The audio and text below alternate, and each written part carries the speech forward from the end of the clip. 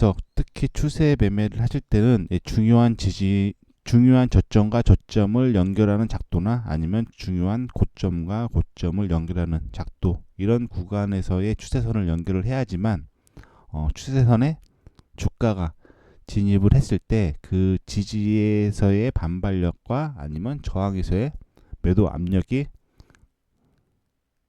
강하다라는 거죠. 자, 1번 구간은 어떤 구간이냐면, 일단 1번 구간은 2020년도 초반에 코로나19 쇼크가 터졌죠. 코로나19 쇼크가 터지면서 전 세계 증시가 폭락을 했던 저점 구간이 1번 구간이에요. 좀 좌측에 보이는 1번 구간이고, 자, 그럼 2번 구간은 어떤 구간이냐? 1번에서 2번을 연결을 했죠. 1번에서 2번을 연결했는데, 2번 구간은 어떤 구간이냐면, 미국에서 양적 완화 이후에 3번 구간까지 끌어올렸다가 3번 구간에서 금리 인상을 실행을 하면서 시중에 풀어냈던 유동성 자금을 회수를 하면서 전 세계 증시가 단기간 또 폭락을 했죠. 그 폭락을 했던 저점 구간이, 금리 인상 쇼크의 저점 구간이 2번 구간이에요. 그래서 1번 구간, 코로나 쇼크의 저점과 금리 인상 쇼크의 저점 구간을 노란색 선상의 추세로 작도를 하고, 되게 의미 있는 구간이죠. 코로나 쇼크의 저점과 금리 인상 쇼크의 저점을 작도를 하고 나서 추세선 복사를 해서 3번 구간에 갖다 붙인 거죠. 동일선상으로 움직이는 추세선을 복사를 해서 3번 구간에 갖다 붙인 거고, 이 3번 구간은 또 어떤 구간이냐? 1번 구간에서 양적 완화를 실행을 해서 미국에서 코로나 쇼크가 터지고 전 세계적으로 증시가 폭락을 하니까 경기를 부양하고자 양적 완화를 실행을 했고, 그로 인해서 시중에 유동성 자금이 넘쳐났죠. 유동성 자금이 넘쳐나서 갈 곳 없는 유동성 자금이 비트코인 및 전 세계 증시에 유입이 되면서 폭발적으로 상승을 시켜서 신고가를 갱신을 했죠. 그 구간이 3번 구간이에요. 1번, 2번 구간의 추세선을 작도를 해서 3번 구간에 갖다 붙이게 되면 상단과 하단의 각이 동각으로 움직이는 동각 추세가 연결이 된 거죠. 연결이 된 거고, 그럼 4번 구간은 어떤 구간이냐? 자, 1번, 2번 구간에서 작도를 해서 3번 구간에서 동일선상으로 움직이는 작도를 붙여넣게 되면 4번 구간이죠. 기간으로 따지게 되면 작년 2024년도 12월 16일, 어떻게 보면 기술적 분석상 나스닥이 있어서 기술적 분석상 가장 강한 저항 자리인 4번 구간을 돌파를 하지 못하고, 이 4번 구간이 어떤 거냐면, 나스닥 기술적 분석상 가장 강한 동각 추세 상단 저항을 돌파 실패 후에 관세 쇼크 폭탄이 터졌죠. 트럼프의 관세 쇼크 폭탄이 터지면서 단기적으로 증시가 폭락을 하고, 그러고 나서 트럼프가 또 관세를 유예해 준다고 해서 V자 반등이 나온 시점이죠. V자 반등이 나온 시점인데, 여기서 중요한 건 뭐냐면, 이 기술적 분석상 가장 강한 동각 저항이 상단 저항인데, 단기적으로 지금 이 빨간색 동그라미 구간이 뭐냐면, 뭐 단기적으로 지금 추가적으로 상승을 한다고 하더라도, 뭐 다시 한번 신고가를 돌파를 한다고 하더라도 위로 남아있는 상승 공간이 얼마 안 남았다라는 거죠. 일단 전고 저항도 걸려 있고, 추가적으로 다시 한번 지금 이란하고 이스라엘 전쟁으로 인해서 증시가 약간 쇼크를 받고 있는 상황인데, 다시 한번 이 뭐 전쟁이 완화가 된다고 해서 다시 한번 뭐 증시가 반등을 한다고 하더라고 해서 전고점을 돌파를 한다고 하더라도, 돌파 후에 위로 상승 구간이 많이 없다라는 거죠. 위로 상승 공간이 많이 없는데, 밑으로 일반적으로 1번, 2번을 작도를 하고 3번, 4번의 저항을 맞고, 지금 다시 한번 조정이 들어오게 되면 5번 저항 구간까지, 5번의 지지 구간까지 하락할 수 있는데, 일단 위로 상승할 수 있는 상승 공간보다는 밑으로 뺄 수 있는 하락 공간이 많이 남았다는 거죠. 만약에 이 추세선 하단 지지 라인을 확인하러 내려간다면 최소 이번에 관세 쇼크 폭락의 저점 구간까지도 하락할 가능성이 높다라는 거죠. 그래서 제가 보는 관점으로는 지금 위로 상승 구간이 없고 해서 이 말은 다시 말해서 나스닥이 하락을 하게 되면 시가총액 상위 종목들은 다 따라 내려온다라는 거죠. 밑에 하얀색 글씨로 떠났지만 결과론적으로 나스닥하고 비트코인이 단기적으로 디커플링으로 움직일 수는 있지만 중장기적으로는 커플링으로 움직여요. 커플링으로 움직이고 나스닥 비트코인이 커플링으로 하락을 하게 되면 미국의 시가총액 상위 100위권 종목들은 현재가 대비 뭐 엔비디아, 테슬라 다 포함되겠죠. 뭐 팔란티어 현재가 대비 마이너스 30%에서 50%까지 하락할 가능성이 높다라는 거죠. 현재. 해서 현재 시점에서는 선물, 뭐 나스닥 해외 선물 매매하시는 분은 매도 포지션을 길게 단기적으로 수익을 잘라내는 게 아니라 매도 포지션을 진입을 하고 손절라는 좀 러프하게 잡고 수익을 추세를 타고 길게 끌고 가는 전략을 취해서 수익을 극대화하거나 아니면 뭐 현물을 잡고 계신 분들 있죠. 뭐 테슬라, 엔비디아, 팔란티어 보유자분들은 현재 구간에서는 물량을 줄이는 게 맞아 보이는 시점이에요. 제가 봤을 때는. 근데 개인들은 또 이런 말을 하는 걸 싫어하죠.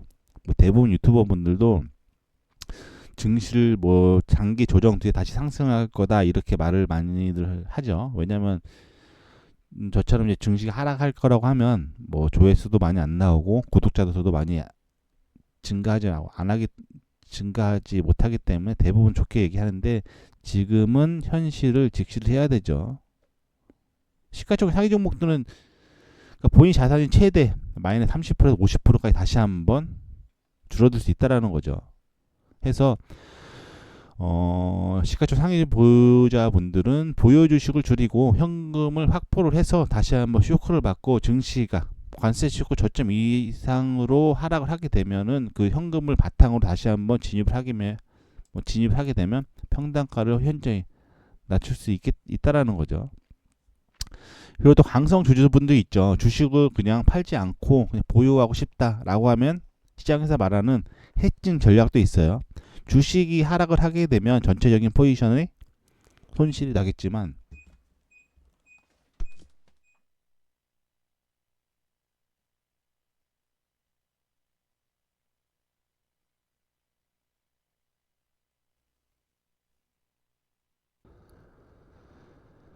자, 보시는 차트는 나스닥 컴포지트 인덱스 장기 차트이고 2020년도부터 차트이죠.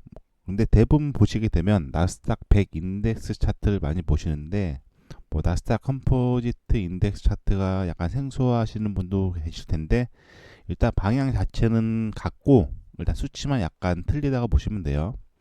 그럼 나스닥 컴포지트 인덱스 차트는 뭐냐면 나스닥 증권 거래소에 상장된 약 3,000개의 보통주의 시가총액을 가중 방식으로 어떻게 보면 평단가죠.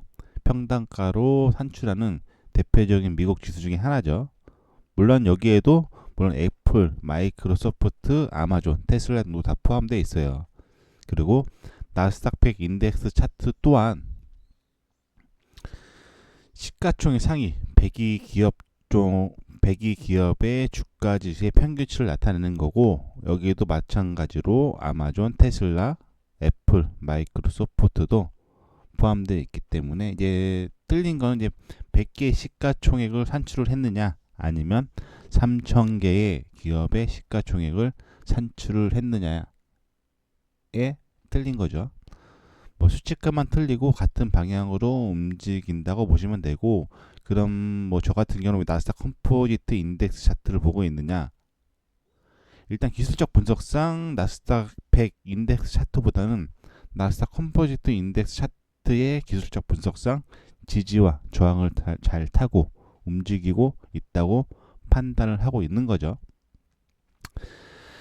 자, 보시는 차트는 이제 장기 차트죠. 장기 차트이고 이제 기술적 분석은 되게 많죠. 뭐 지지 저항, 뭐 상승 추세, 하락 추세, 뭐 기타 등등 많이 있지만 일단은 보시게 되면 이제 기술적 분석, 특히 추세 매매를 하실 때는 중요한 저점과 저점을 연결하는 작도나 아니면 중요한 고점과 고점을 연결하는 작도 이런 구간에서의 추세선을 연결을 해야지만 추세선에 주가가 진입을 했을 때 그 지지에서의 반발력과 아니면 저항에서의 매도 압력이 강하다라는 거죠.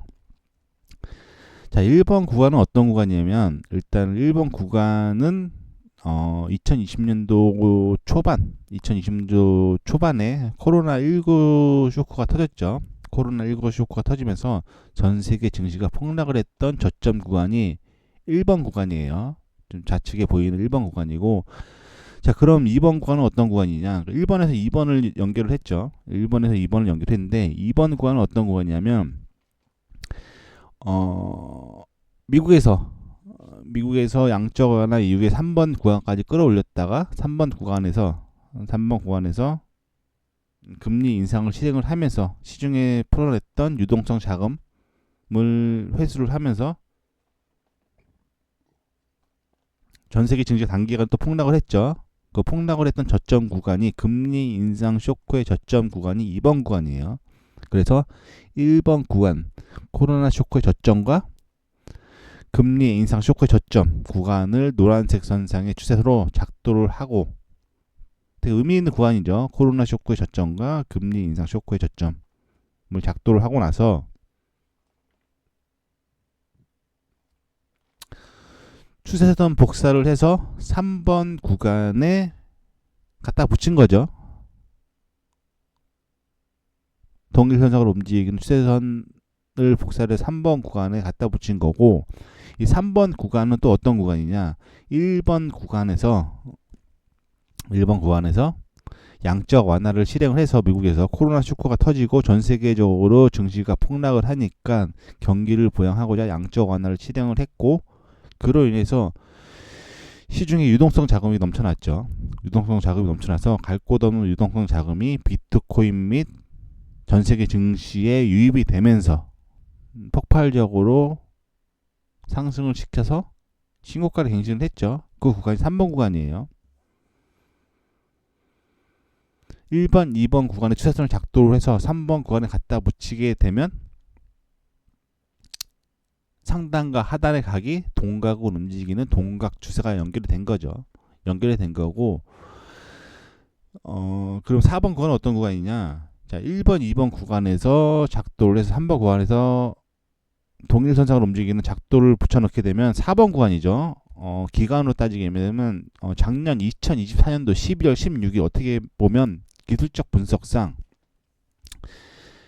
나스닥이 있어서 기술적 분석상 가장 강한 저항 자리인 4번 구간을 돌파를 하지 못하고 이 4번 구간이 어떤 거냐면 나스닥 기술적 분석상 가장 강한 동각 추세 상단 저항을 돌파 실패 후에 관세 쇼크 폭탄이 터졌죠. 트럼프의 관세 쇼크 폭탄이 터지면서 단기적으로 증시가 폭락을 하고, 그러고 나서 트럼프가 또 관세를 유예해 준다고 해서 V자 반등이 나온 시점이죠. V자 반등이 나온 시점인데, 여기서 중요한 건 뭐냐면 이 기술적 분석상 가장 강한 동각 저항이 상단 저항인데, 단기적으로 지금 이 빨간색 동그라미 구간이 뭐냐면, 뭐 단기적으로 지금 추가적으로 상승을 한다고 하더라도, 뭐 다시 한번 신고가를 돌파를 한다고 하더라도 위로 남아있는 상승 공간이 얼마 안 남았다라는 거죠. 일단 정고 저항도 걸려 있고, 추가적으로 다시 한번 지금 이란하고 이스라엘 전쟁으로 인해서 증시가 약간 쇼크를 받고 있는 상황인데, 다시 한번 이 뭐 전쟁이 완화가 된다고 해서 다시 한번 뭐 증시가 반등한다고 하더라고 해서 정고점을 돌파를 한다고 하더라도 돌파 후에 위로 상승 구간이 많이 없다라는 거죠. 위로 상승 공간이 많이 없는데 밑으로 일반적으로 1번, 2번을 작도를 하고 3번, 4번의 저항을 맞고, 지금 다시 한번 조정이 들어오게 되면 5번 저항 구간까지, 5번의 지지 구간까지 하락할 수 있는데, 일단 위로 상승할 수 있는 상승 공간보다는 밑으로 뺄 수 있는 하락 공간이 많이 남았다는 거죠. 만약에 이 추세선 하단 지지 라인을 확인하러 내려간다면 최소 2번의 관세 쇼크 폭락의 저점 구간까지도 하락할 가능성이 높다라는 거죠. 그래서 제가 보는 관점으로는 지금 위로 상승 공간이 없고, 해서 이 말은 다시 말해서 나스닥이 하락을 하게 되면 시가총액 상위 종목들은 다 따라 내려온다는 거죠. 밑에 하얀색 글씨로 떠났지만 결과론적으로 나스닥하고 비트코인이 단기적으로 디커플링으로 움직일 수는 있지만 중장기적으로는 커플링으로 움직여요. 커플링으로 움직이고 나스닥 비트코인이 커플링으로 하락을 하게 되면 미국의 시가총액 상위 100위권 종목들은 현재가 대비 뭐 엔비디아, 테슬라 다 포함되겠죠. 뭐 팔란티어 현재가 대비 마이너스 30%에서 50%까지 하락할 가능성이 높다라는 거죠. 현재. 해서 현재 시점에서는 선물, 뭐 나스닥 해외 선물 매매하시는 분은 매도 포지션을 길게 단기적으로 수익을 잘라내는 게 아니라 매도 포지션을 진입을 하고 손절라는 좀 러프하게 잡고 수익을 추세를 타고 길게 끌고 가는 전략을 취해서 수익을 극대화하거나 아니면 뭐 현물을 잡고 계신 분들 있죠. 뭐 테슬라, 엔비디아, 팔란티어 보유자분들은 현재 구간에서는 물량을 줄이는 게 맞아 보이는 시점이에요. 제가 봤을 때는. 근데 개인들은 또 이런 말을 하는 걸 싫어하죠. 뭐 대부분 유튜버 분들도 증시를 뭐 장기 조정 뒤에 다시 상승할 거다 이렇게 말을 많이들 하죠. 왜냐면 저처럼 이제 증시가 하락할 거라고 하면 뭐 조회수도 많이 안 나오고 구독자도 수도 많이 증가하지 못하기 때문에 대부분 좋게 얘기하는데 지금은 현실을 직시를 해야 되죠. 시가총액 상위 종목들은 그러니까 본인 자산이 최대 마이너스 30%에서 50%까지 다시 한번 줄어들 수 있다라는 거죠. 해서 시가총액 상위 보유자분들은 보유 주식을 줄이고 현금을 확보를 해서 다시 한번 쇼크를 받고 증시가 관세 쇼크 저점 이상으로 하락을 하게 되면은 그 현금을 바탕으로 다시 한번 진입을 하게 되면 평단가를 현저히 낮출 수 있다라는 거죠. 그리고 또 강성 주주분들 있죠. 주식을 그냥 팔지 않고 그냥 보유하고 싶다라고 하면 시장에서 말하는 해칭 전략도 있어요. 주식이 하락을 하게 되면 전체적인 포지션의 손실이 나겠지만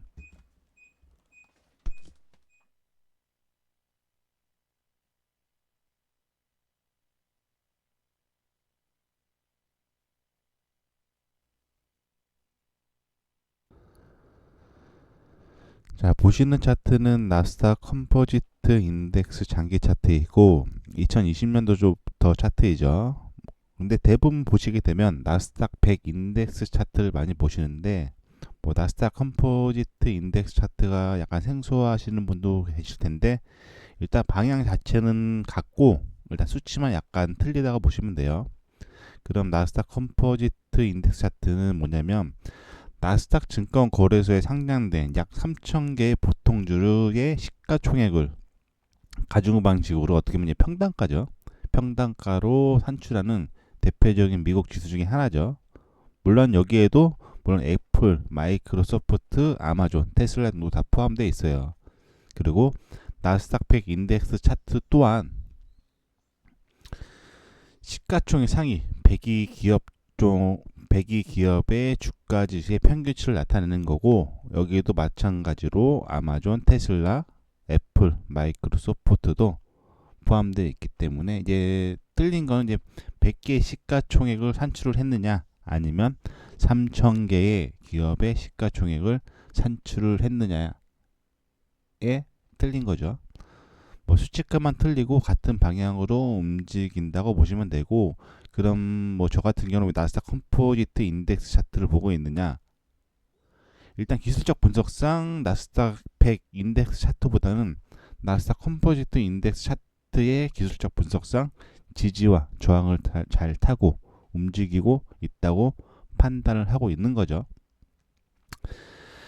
자, 보시는 차트는 이제 장기 차트죠. 장기 차트이고 이제 기술적 분석은 되게 많죠. 뭐 지지 저항, 뭐 상승 추세, 하락 추세, 뭐 기타 등등 많이 있지만 일단은 보시게 되면 이제 기술적 분석, 특히 추세 매매를 하실 때는 중요한 저점과 저점을 연결하는 작도나 아니면 중요한 고점과 고점을 연결하는 작도 이런 구간에서의 추세선을 연결을 해야지만 추세선에 주가가 진입을 했을 때 그 지지에서의 반발력과 아니면 저항에서의 매도 압력이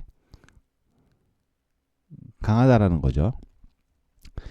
자, 1번 구간은 어떤 구간이냐면 일단 1번 구간은 2020년도 초반에 코로나19 쇼크가 터졌죠. 코로나19 쇼크가 터지면서 전 세계 증시가 폭락을 했던 저점 구간이 1번 구간이에요. 좀 좌측에 보이는 1번 구간이고, 자, 그럼 2번 구간은 어떤 구간이냐? 1번에서 2번을 연결을 했죠. 1번에서 2번을 연결했는데 2번 구간은 어떤 구간이냐면 미국에서 양적 완화 이후에 3번 구간까지 끌어올렸다가 3번 구간에서 금리 인상을 실행을 하면서 시중에 풀어냈던 유동성 자금을 회수를 하면서 전 세계 증시가 단기간 또 폭락을 했죠. 그 폭락을 했던 저점 구간이 금리 인상 쇼크의 저점 구간이 2번 구간이에요.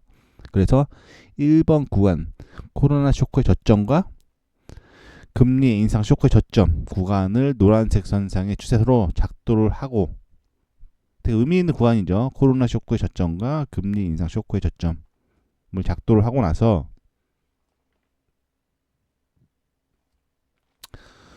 추세선 복사를 해서 3번 구간에 갖다 붙인 거죠. 동일선상으로 움직이는 추세선을 복사를 해서 3번 구간에 갖다 붙인 거고, 이 3번 구간은 또 어떤 구간이냐? 1번 구간에서 양적 완화를 실행을 해서 미국에서 코로나 쇼크가 터지고 전 세계적으로 증시가 폭락을 하니까 경기를 부양하고자 양적 완화를 실행을 했고, 그로 인해서 시중에 유동성 자금이 넘쳐났죠. 유동성 자금이 넘쳐나서 갈 곳 없는 유동성 자금이 비트코인 및 전 세계 증시에 유입이 되면서 폭발적으로 상승을 시켜서 신고가를 갱신을 했죠. 그 구간이 3번 구간이에요. 1번, 2번 구간의 추세선을 작도를 해서 3번 구간에 갖다 붙이게 되면 상단과 하단의 각이 동각으로 움직이는 동각 추세가 연결이 된 거죠. 연결이 된 거고, 그럼 4번 구간은 어떤 구간이냐? 자, 1번, 2번 구간에서 작도를 해서 3번 구간에서 동일선상으로 움직이는 작도를 붙여넣게 되면 4번 구간이죠. 기간으로 따지게 되면 작년 2024년도 12월 16일 어떻게 보면 기술적 분석상 나스닥이 있어서 기술적 분석상 가장 강한 저항 자리인 4번 구간을 돌파를 하지 못하고 이 4번 구간이 어떤 거냐면 나스닥 기술적 분석상 가장 강한 동각 추세 상단 저항을 돌파 실패 후에 관세 쇼크 폭탄이 터졌죠. 트럼프의 관세 쇼크 폭탄이 터지면서 단기적으로 증시가 폭락을 하고, 그러고 나서 트럼프가 또 관세를 유예해 준다고 해서 V자 반등이 나온 시점이죠. V자 반등이 나온 시점인데, 여기서 중요한 건 뭐냐면 이 기술적 분석상 가장 강한 동각 저항이 상단 저항인데, 단기적으로 지금 이 빨간색 동그라미 구간이 뭐냐면, 뭐 단기적으로 지금 추가적으로 상승을 한다고 하더라도, 뭐 다시 한번 신고가를 돌파를 한다고 하더라도 위로 남아있는 상승 공간이 얼마 안 남았다라는 거죠. 일단 정고 저항도 걸려 있고, 추가적으로 다시 한번 지금 이란하고 이스라엘 전쟁으로 인해서 증시가 약간 쇼크를 받고 있는 상황인데, 다시 한번 이 뭐 전쟁이 완화가 된다고 해서 다시 한번 뭐 증시가 반등을 한다고 하더라고 해서 정고점을 돌파를 한다고 하더라도 돌파 후에 위로 상승 구간이 많이 없다라는 거죠. 위로 상승 공간이 많이 없는데 밑으로 일반적으로 1번, 2번을 작도를 하고 3번, 4번의 저항을 맞고, 지금 다시 한번 조정이 들어오게 되면 5번 저항 구간까지